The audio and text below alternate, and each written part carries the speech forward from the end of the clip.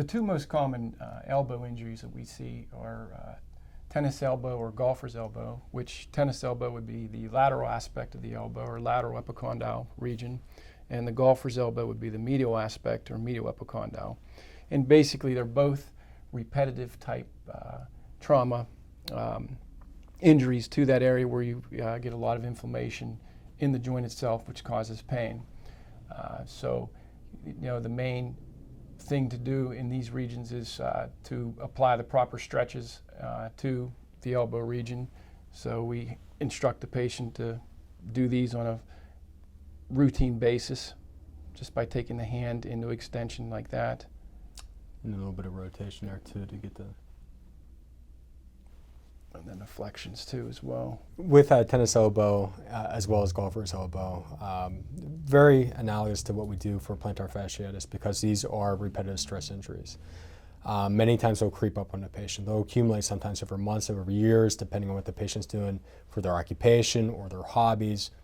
95% of the time a patient with tennis elbow or golfer's elbow, they don't own a tennis racket, they don't own golf clubs. This is usually from just small things that they're doing throughout the day that accumulate. Scar tissue accumulates, it doesn't go away, and then it continues to build to the point where it can actually entrap some of the localized nerves that pass through that region. There's 3 nerves that could be affected depending on which area is affected. Very rarely will you have an isolated golfer's elbow or an isolated tennis elbow. Usually there's a little bit of a combination of the two. So how we'll address this is through we get into our tool bag and we'll go ahead and we can use Graston technique, where it's more of a localized tendinous insertion issue. We'll use the ART, which we're really going to focus on with these patients because there's a few magical moves that we can do with ART. We'll get a bang for the buck out of the patient with literally one treatment, which is pretty magical for most people. And then we'll augment things with some laser therapy, ultrasound, sometimes some electric stim. And then kinesiotape too can work pretty effectively too as we're trying to polish things off for that patient.